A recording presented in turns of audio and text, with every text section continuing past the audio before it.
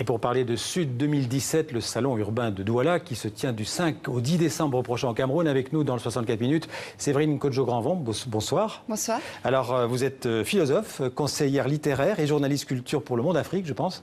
C'est ça. Voilà, et alors vous allez nous dire d'abord en deux mots quels sont les objectifs de ce salon urbain de Douala. C'est un festival qui a lieu tous les 3 ans. C'est ça, c'est une triennale qui est portée par le centre d'art Douala Art, qui est installé depuis près de 30 ans à Douala et qui, tous les 3 ans, propose un rendez-vous avec une dizaine d'artistes du monde entier sur un thème particulier. Cette année, c'est la place de l'humain. Et l'idée, c'est de réfléchir à ce que l'art peut apporter dans l'espace public. Ouais. Donc, on a cette année 16 artistes invités qui vont proposer des œuvres d'art, soit qui ont vocation à être pérennes, c'est-à-dire à rester dans l'espace public de Douala, soit des œuvres éphémères pour parler des droits humains aujourd'hui au Cameroun, mais pas seulement, dans le monde entier. Alors vous avez parlé de Douala, il y a ce jeu de mots donc sur Douala, enfin c'est Douala, l'apostrophe ART, Douala. Oui.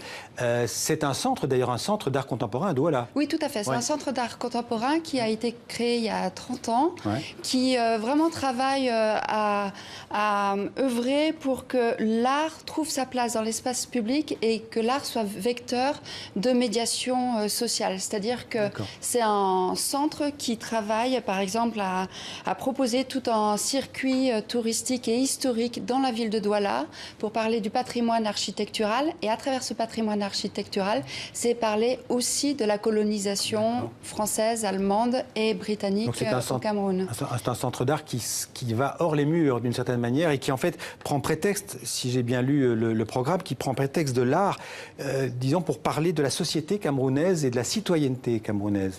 Tout à fait. C'est vraiment un centre d'art qui veut penser l'art dans le monde contemporain et qui veut montrer que l'art permet de penser le monde dans lequel on vit. Et la question, cette année, de la place de l'humain, c'est de réfléchir à comment est-ce qu'on peut créer une ville, parce que c'est un centre qui travaille sur la ville, et comment est-ce qu'on peut créer une ville où chaque citoyen ait sa place, où la parole puisse circuler, par exemple. C'est l'organisation de places, c'est avoir une œuvre d'art autour de laquelle on puisse se réunir, discuter.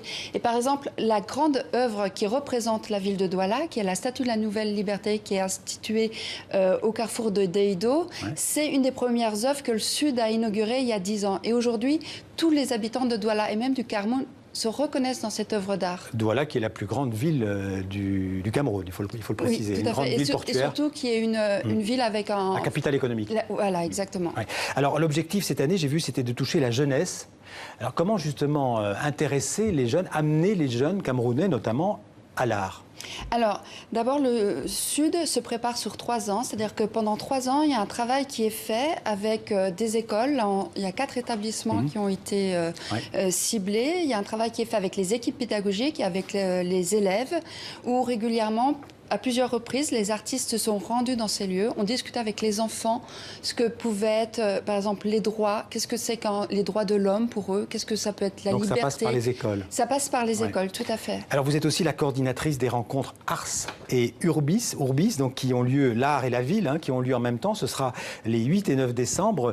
Ce sont des rencontres sur les relations, si j'ai bien vu, entre les hommes, avec leur passé aussi et avec leur environnement. Voilà, l'idée était de penser le lien, la liaison, et d'inviter des chercheurs à discuter avec des artistes sur justement qu'est-ce que c'est que faire œuvre de communauté et comment est-ce qu'on peut construire du lien entre nous aujourd'hui, mais aussi le lien entre les générations. Comment est-ce qu'on transmet une mémoire et puis pour construire un futur désirable pour nos enfants. Merci beaucoup Séverine Kodjo-Granvon. Je renvoie donc à ce salon urbain de Douala, à ces rencontres Ars et Urbis. Je vous les souhaite excellentes. Merci beaucoup. Le vendredi, c'est le jour du Focus Entreprise. Aujourd'hui, Marian Nagozewski nous présente Voyage.